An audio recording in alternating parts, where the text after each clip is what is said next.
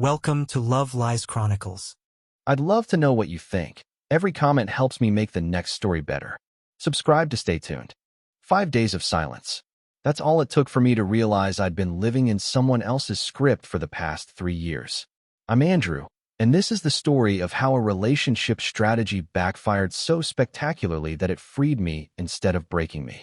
It started on a Tuesday afternoon at Thump Coffee on 15th Street. I ducked in during lunch to grab an espresso when I spotted Brielle at a corner table with her 3 friends. Madison, Harper, and Quinn. The usual crew. I was about to walk over when I heard my name. And then Andrew actually got emotional about it, Brielle was saying. I didn't know he was that sensitive. I froze. She was talking about our argument from 2 nights before. The one where I'd opened up about feeling disconnected. The one where I'd actually let myself be vulnerable. Madison leaned in. Girl, you cannot let him think that's okay. You need to set boundaries. My therapist says when men try to control what you share with your support system, that's a red flag. Harper added, scrolling through her phone like she was fact-checking herself. Quinn nodded enthusiastically. You know what works?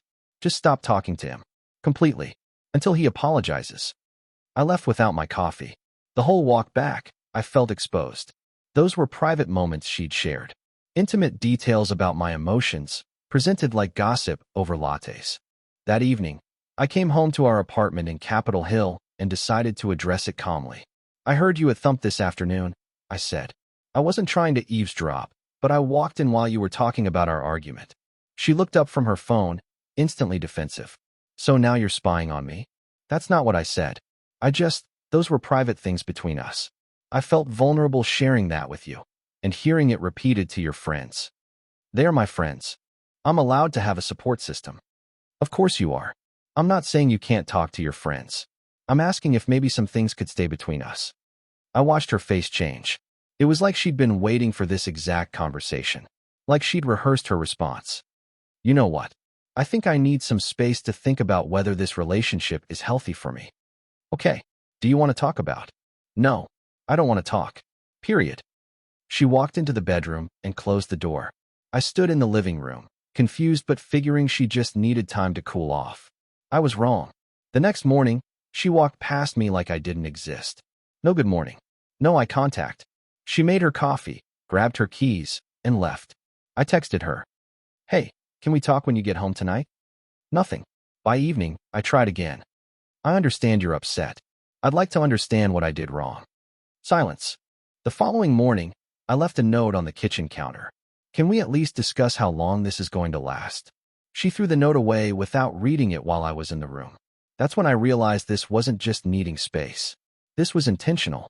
This was a strategy. That evening brought the dinner performance. She came home with groceries and cooked an elaborate meal. For one, she set a single place at the table, ate slowly while I sat on the couch, then washed only her dishes. The whole thing felt staged, like she was performing for an invisible audience. The next day, I started organizing my things. Not packing yet, just looking at what was mine and what was hers. Assessing. The apartment felt quieter than usual, and I noticed something strange. I was sleeping better.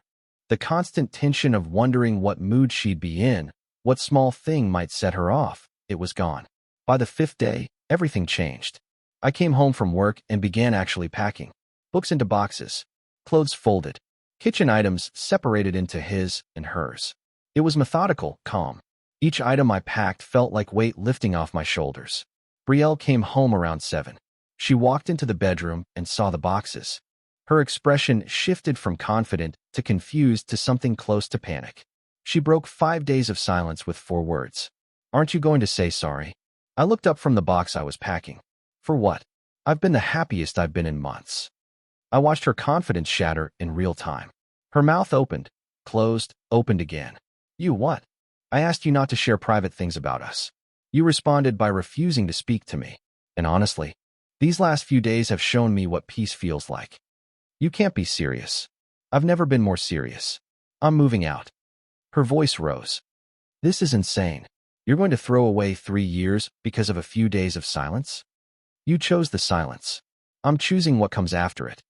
My friends said. I know exactly what your friends said. I heard them. And you chose their advice over our relationship. She grabbed her phone and called Madison right there, putting it on speaker. He's packing. He says he's leaving. What do I do? Madison's voice came through, confident and coaching. Hold firm. He's testing you. He'll come crawling back. I continued folding my shirts while Brielle held the phone between us like proof. That image, me calmly dismantling our shared life, while she sought validation from someone who wasn't even in the room, that was everything wrong with us in one moment. I slept on the couch that night. My choice. Over the next several days, I kept packing. I researched apartments. I looked at studio spaces in Wash Park, month-to-month leases that would give me flexibility. Within 2 days, I came home to find she'd unpacked one of my boxes and scattered the contents around the apartment. I repacked it without comment. A few days later, she dropped my favorite mug. It shattered on the kitchen tile. She stood there, waiting for a reaction. I swept it up, threw it away, kept packing. A coworker named Patricia stopped by my desk around this time. We weren't close, just friendly in the way people who share an office are friendly. You seem different lately, she said. Good different. Less stressed. I was surprised she'd noticed. I'm going through a breakup. And you seem less stressed? She raised an eyebrow. Yeah, actually. She smiled knowingly.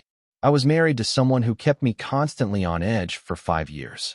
The day I left, everyone commented on how much lighter I seemed. Sometimes the relationship is the stress. After she walked away, I sat at my desk thinking about that. How many people had noticed I'd been tense for 3 years? How obvious had it been to everyone but me? About a week after I'd started packing, her friends started texting me directly. Madison wrote, "You're really going to abandon her like this?" I responded, "I'm not abandoning anyone. I'm leaving a situation where someone chose to stop communicating." Harper chimed in. She was just trying to set boundaries. Boundaries involve communication. This was punishment. The next day, Quinn showed up at our apartment unannounced to check on Brielle. She looked at me like I was dangerous. I nodded politely and went for a walk. A couple days later, I overheard Brielle on a video call with her friends. I wasn't trying to eavesdrop, but our apartment wasn't that big. "So what do I do next?" Brielle was asking. "Fake an emergency," someone suggested. "Tell him you're pregnant," another voice said. "Make him jealous. Post pictures with another guy." I stood in the hallway listening to them game plan our relationship like it was a competition to be won. That's when I knew with absolute certainty that I wasn't leaving someone who made a mistake. I was leaving someone who viewed relationships as games with strategies and winners and losers. The next morning, I found a studio apartment. Small, affordable, available immediately. I arranged everything quietly. I woke at 6, before Brielle stirred. Loaded my car while she slept. 3 trips, all my boxes gone. I left my key on the kitchen counter with a note. "I've moved out. I'll continue paying my half of rent through the end of the lease in September. After that, the apartment is yours if you want to stay. I've contacted the landlord about the situation. My forwarding address is with them if you need it for any official mail. I hope you find what you're looking for. Andrew." By noon, I had 8 voicemails. "Where are you? Did you actually leave? This is so immature. You don't just leave like this. I was going to apologize today. I was ready to talk. Please come back. We can figure this out. My friends were right about you. I love you. Doesn't that mean anything? Good luck getting your stuff if you don't come back. I can't believe you're doing this to me." I saved every voicemail but didn't respond to any of them. That night, I sat in my new studio apartment in Wash Park. It was small, barely furnished, quiet. I ordered takeout, watched whatever I wanted on TV, went to bed at a reasonable hour. I slept better than I had in months. 3 weeks passed. Brielle's Instagram became a documentary of her healing journey. Photos of her looking contemplative with captions about surviving emotional abuse. Quotes about men who abandon you when you need them most. Stories featuring her crying, camera carefully positioned. Photos with her friend group, captioned, "Grateful for real support systems." I didn't have Instagram, but friends started sending screenshots. My friend Trevor called. "Dude, is Brielle saying you were abusive? She's saying I left when she needed me." Which is technically true. She needed me to tolerate being ignored, and I chose not to. Not long after, Madison, Harper, and Quinn showed up at my new building. The doorman called up. I didn't let them in but agreed to talk in the lobby. Madison started immediately. "Do you have any idea what you've done to her?" I removed myself from a situation where someone was using manipulation tactics on me. Harper crossed her arms. She was just trying to teach you that you can't control who she talks to. I never tried to control her. I asked her not to share private, intimate details. She responded with total silence. You all encouraged that. Quinn jumped in. We were helping her set boundaries. Boundaries are communicated. What she did was punishment. There's a difference. Madison tried another approach. She's devastated. Then maybe she shouldn't have played relationship games with real emotions. They left, frustrated that I wouldn't engage emotionally. Later that week, I went to the gym at my usual time. The one thing I'd kept consistent through all of this. I was on the treadmill when I noticed Brielle walk in with Madison. They positioned themselves at machines with a clear view of where I was. I watched in the mirror as they kept glancing over, clearly hoping I'd approach. Madison was talking animatedly, probably coaching Brielle on what to say if I did. I finished my workout, grabbed my water bottle, and left through the side exit. I heard Madison say something that sounded like frustration as the door closed behind me. In the parking lot, I sat in my car for a moment. 6 weeks ago, that would have rattled me. 6 weeks ago, I would have gone over to try and smooth things over. Now, I felt nothing but relief that I'd avoided unnecessary drama. The next evening, I tried something I hadn't done in years. I went to a movie alone. Just picked a random action film and bought a ticket. Sat in the back row with overpriced popcorn and watched explosions on screen without checking my phone once. Afterward, walking to my car, I realized I couldn't remember the last time I'd done something purely for myself without considering Brielle's opinion or mood. Had it been that long since I'd just existed without managing someone else's emotions? I started keeping a journal. Nothing elaborate, just notes about what I'd noticed. Patterns I'd missed while I was in the relationship. How often I'd adjusted my plans around her friend group's schedule. How many times I'd rephrased something I wanted to say to avoid triggering her defensiveness. How frequently I'd ignored my own discomfort to keep peace. Writing it down made it real. I'd been accommodating manipulation for longer than just those 5 days of silence. The silence had just made it impossible to ignore anymore. Around this time, Brielle started texting about shared items she claimed I took. You took my blender. I bought that blender. I have the receipt. But I used it more. That's not how ownership works. She was trying to create reasons for continued contact. I kept my responses brief and factual. A few days later, Brielle called my mother. My mom called me afterward. Brielle called me crying, saying you left without explanation. Did she mention the 5 days she refused to speak to me? No, she didn't mention that part. I'm not surprised. My mother listened to the full story. Well, you can't build a relationship with someone who thinks communication is a weapon. That validation mattered more than I expected. About 2 weeks after I'd moved out, the fake emergency happened. I got a text from Quinn. Brielle's in the ER at Denver Health. She's asking for you. My gut told me it was manufactured, but I went anyway. The alternative, her actually being hurt and me not showing, wasn't something I could live with. I arrived at Denver Health Medical Center on Broadway. Asked for Brielle Thompson at the ER desk. We don't have anyone by that name checked in. I texted Quinn. She's not here. She must have been discharged already. I sat in my car for a moment, processing that they'd faked a medical emergency to manipulate me into contact. I texted back. Don't contact me again. This has crossed from manipulation into something dangerous.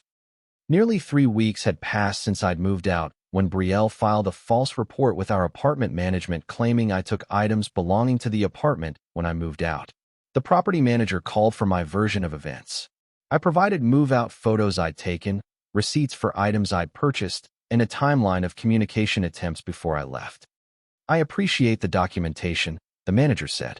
For what it's worth, this isn't the first time we've seen this pattern during breakups. You're good on your end. The next evening, Trevor invited me to a Nuggets game. I almost said no out of habit. Brielle had never liked basketball, always complained when I'd want to watch games. I caught myself about to make an excuse and stopped. Yeah, that sounds great actually. At the game, sitting in the stands with a beer and watching the energy of the crowd, Trevor leaned over. You know what's different about you? What? You're not checking your phone every 5 minutes. The old you would have sent like 3 texts by now making sure everything was okay at home. He was right. I hadn't even thought about my phone since we'd sat down. It's like you've been holding your breath for 3 years and finally exhaled, Trevor said. That image stuck with me.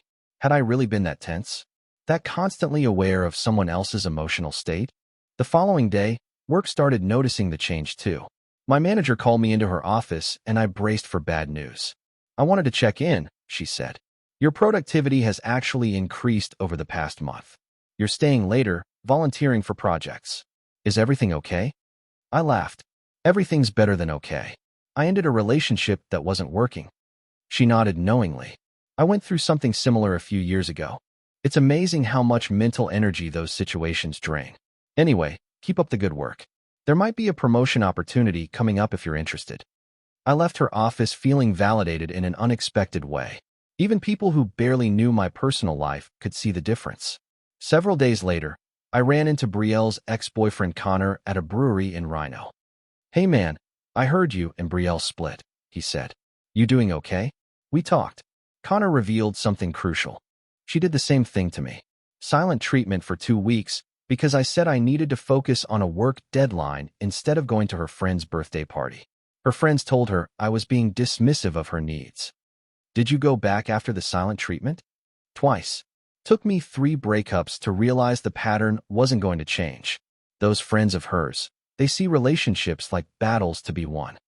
Learning I wasn't the first person she'd done this to cemented my decision completely. A couple of days later, I met with a tenant rights attorney to understand my options regarding the lease and the harassment. "You're both on the lease until September," he explained. "Legally, you need to keep paying your half unless she agrees to take over or you find someone to sublet." "What about the harassment from her friends?" "Document everything. If it escalates to threats or showing up at your new residence repeatedly, we can pursue a civil harassment restraining order.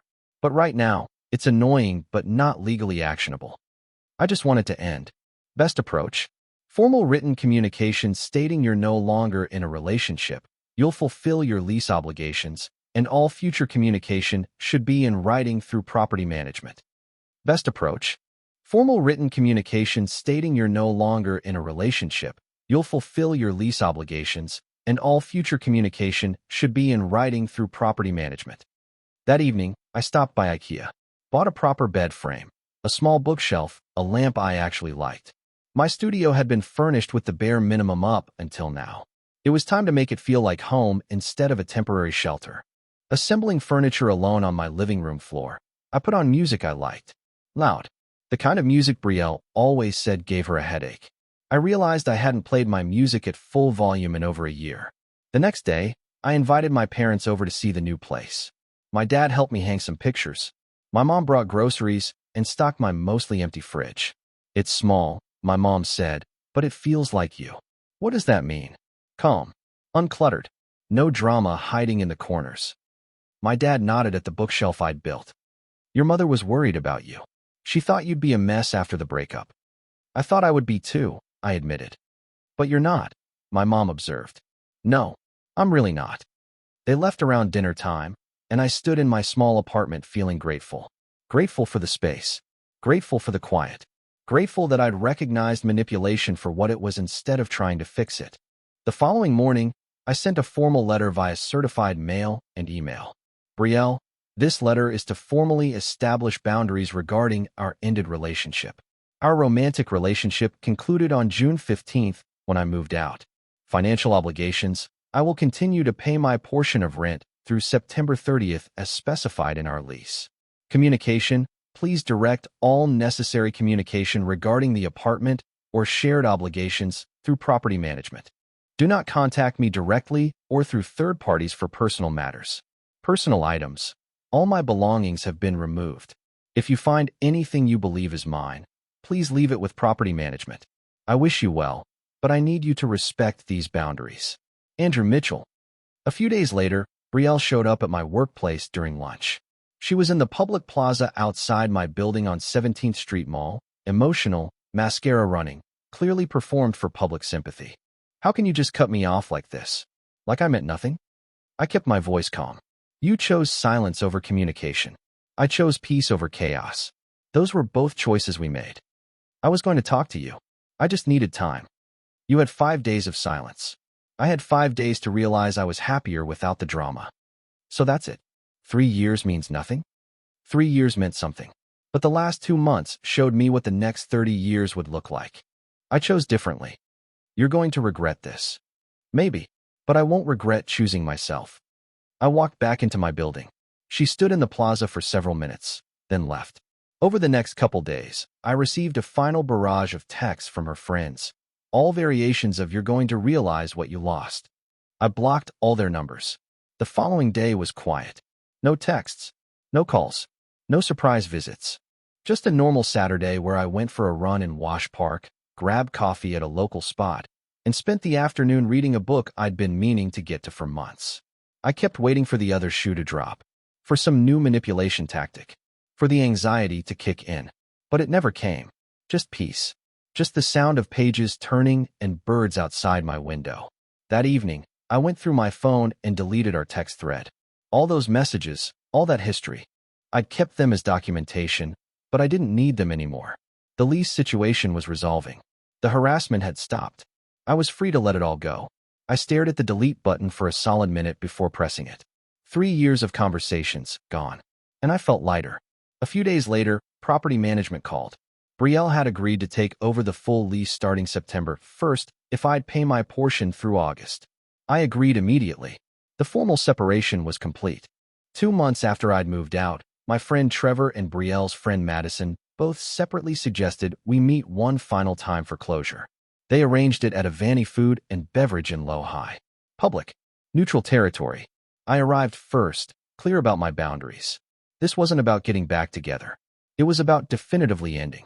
Brielle arrived with Madison for support. I immediately noticed she couldn't even do this alone. Madison should wait at another table, I said. This conversation is between you and me. Madison protested. I was firm. If you need a witness to speak to your ex-boyfriend, that tells you everything about where we are. Madison reluctantly moved away. Brielle spoke first. I agreed to this because I think we owe each other an actual conversation. Okay, I'm listening. My friends thought that if I gave you some space, you'd realize what you did wrong. What did I do wrong? She paused. You tried to control who I talked to. I asked you not to share intimate private details about our relationship. That's not control. That's a boundary. My friend said, Brielle, can you hear yourself? Even now, you're citing what your friends said instead of what you actually think. She started to respond, stopped, actually thought. For the first time in 2 months, she seemed to be processing rather than performing. I thought if I did what they said, you'd see that I wasn't going to be pushed around. I never tried to push you around. I tried to have a conversation about privacy.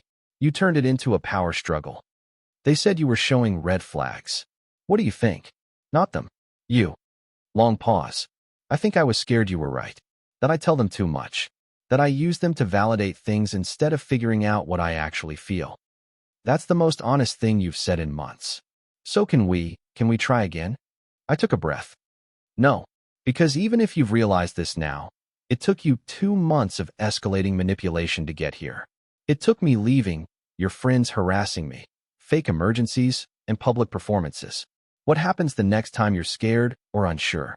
Do you handle it like an adult, or do you call Madison and Harper for the next strategy? I spent 3 years loving you. I spent 2 months learning to love peace more. I'm not going back. Her eyes filled with tears. Real ones this time. I really did love you. I know. But love isn't enough when the relationship becomes a game with winners and losers. I stood to leave. I hope you figure out what you want instead of what your friends think you should want. You deserve that. I left her sitting at the table.